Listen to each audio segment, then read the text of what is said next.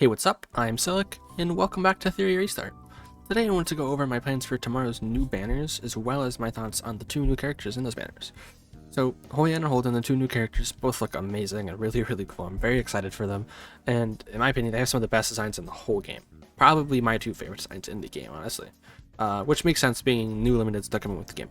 But personally, I will probably be pulling for Holden, based on what I've seen, and potentially Hoyan if people find good use for PvE with her, but otherwise probably just Holden. But I will, before we fully get into that, I want to go show their skills and their banners and stuff like that to really explain why I'm probably going to pull for Holden. Alright, so this is Holden's splash shirt, and it looks amazing. He looks really cool. He reminds me a lot of Chloros, but I would say he looks a lot cooler. Something funny that I just quick noticed, both Holden and Hoyan have this little thing on their belt where they have the hands. They're a little oriented differently, but they look cool. Yeah, both look really awesome. I'm very excited for them. But yeah, let's take a look at their kits and see what they're both about. So first, I wanted to look at Hoyan's kit. I got a cool little infographic here of all their skills. This is Hoyan. So first up, we got the S1. Hoyan strikes swiftly, dealing 2 hits of 130% damage to a single enemy with a 25% chance to inflict anti-heal for 2 turns. So, very standard basic attack S1. 2 hits of 130% though is pretty high, so that is just good multiplier for a basic attack. So keep that in mind. And 25% chance of anti-heal, which I think is wound in the current game, but it doesn't matter. Is pretty good.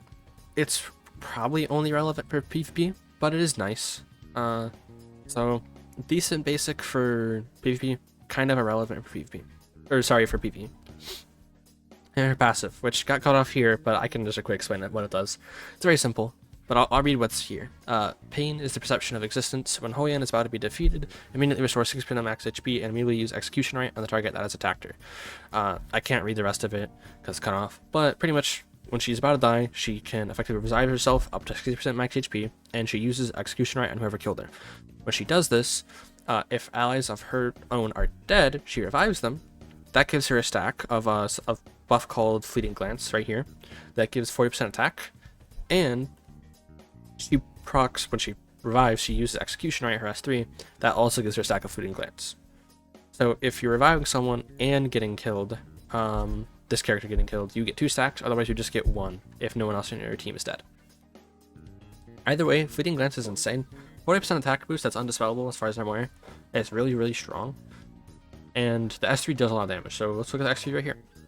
This is an order not to be defied. Hoyan consumes 50% of current HP to deal 480% damage, very high percent, to a single enemy, ignoring 6.5% defense for every 10% max HP lost. Ignoring defense is really strong. But something that I feel like needs to be tested with this skill is it says for every 10% max HP lost. Is that talking about her or the enemy? Like, I don't understand how it works for the enemy, but the wording here just seems a little weird. Probably for herself, I would assume. Since it's probably for herself now that I'm looking at it, since it consumes her HP, own HP. So let's just say if she was full health and she casted this, that would end up being 50% max HP lost, meaning 5 times 6.5, so like 32.5% defense shred. Or defense ignore. That's really good. Defense ignore is insane because it doesn't matter if they have immunity or anything, it's just going to ignore it. It just will. So defense out, none of it matters. Like, it doesn't matter. She just ignores the defense. This is something that has become very common in games like Epic 7. It is very strong. So again, for PvE, probably it's decent, but it's not nearly as strong. So it would work, but not the best. So I think for PvP, it's really good. She revives, one-shots someone, probably guaranteed. In PvP, if you build it right, these percents are really high. She'll just one-shot someone. She probably would be decent in Terror, just because she's a decent element. She's neutral element, and ignoring defense on a boss that has defense up is good. And she can revive herself, meaning she'll probably still grant an extra turn is the issue. Wait, no, because it says about to be defeated, so she won't actually die. So yeah, so if you can build her with no HP and still run her in Terramaton, and even if she dies, you'd actually want her to die because she'll use this buff herself to deal more damage. So she'll probably be pretty good in Terramaton because you just build super squishy, one-shot full attack or crit, and she'll just one-shot someone. One-shot the boss, sorry. So she's probably good in Terramaton. I can't imagine she's going to be good in generic PvE, Aurora, or Doki. Even though she's an element for Doki, she similar target attacks like this and anti-heal are just irrelevant, she just is probably going to be outclassed by like even the odd damage dealers like Shiata, Tiamat, or Rosa are probably better than her, I would think. I mean, that's up to testing. If people test it and it's doing good damage just because the percents is so high, that's totally possible, but we'll see. My guess is she'll just be a Terramaton PvP unit though. Next up, we got Holden. I don't know, one of the two, doesn't matter. We have all of his skills here. S1, Punishment. Holden delivers punishment, dealing 3 hits of damage equal to 110% of his defense to a single enemy. Each hit has a 20% chance to inflict defense down for 1 turn. And he has a passive tied to this. Execution Mode. At the start of battle, for every 500 defense Holden possesses, it increases self 10% counterattack rate and 5% final damage. That's pretty good. I never built a defense scaling unit in this game, so I don't know how much defense is reasonable to get, but just on like my units that have no defense pieces, they often have like 1200-ish. So that alone, if that's base with not building to defense, but if you ran like defense scaling pieces, you could easily have like what, 3k probably, if I had to guess.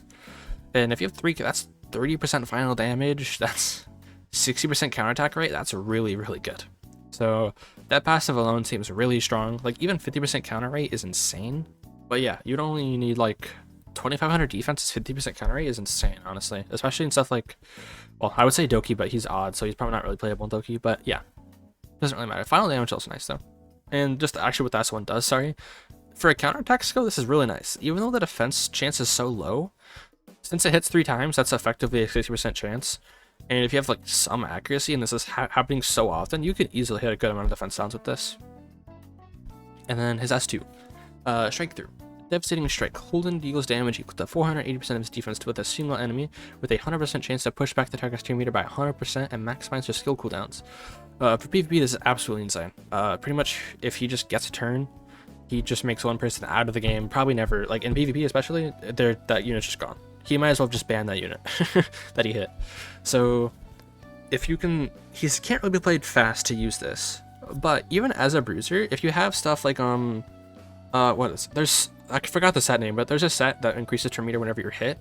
So if you have that on him and he just gets hit a few times, he pushes himself out and he pops this, yeah, that one unit's cooked. So if you can use this on like a Linglo or something on the enemy team, they just don't have that character now.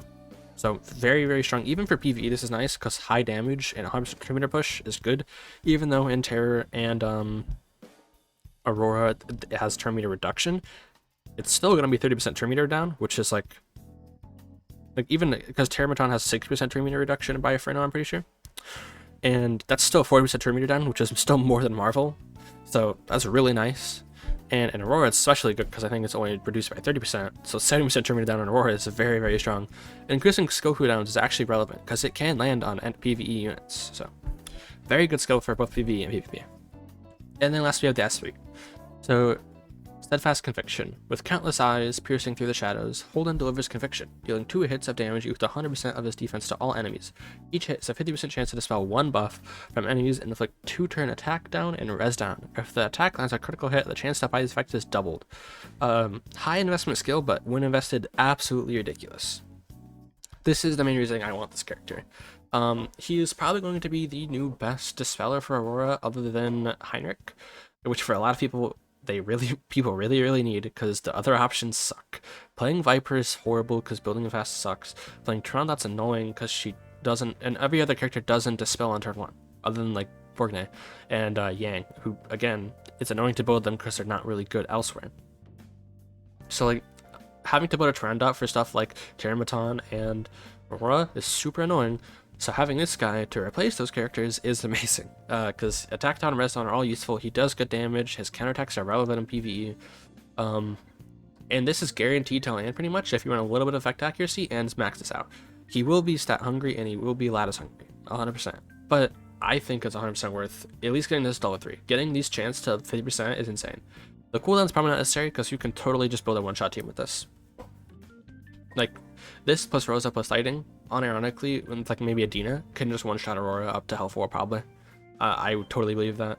Assuming his multipliers are decent, these percents seem pretty high, but we need testing because defense scaling is not something we've seen.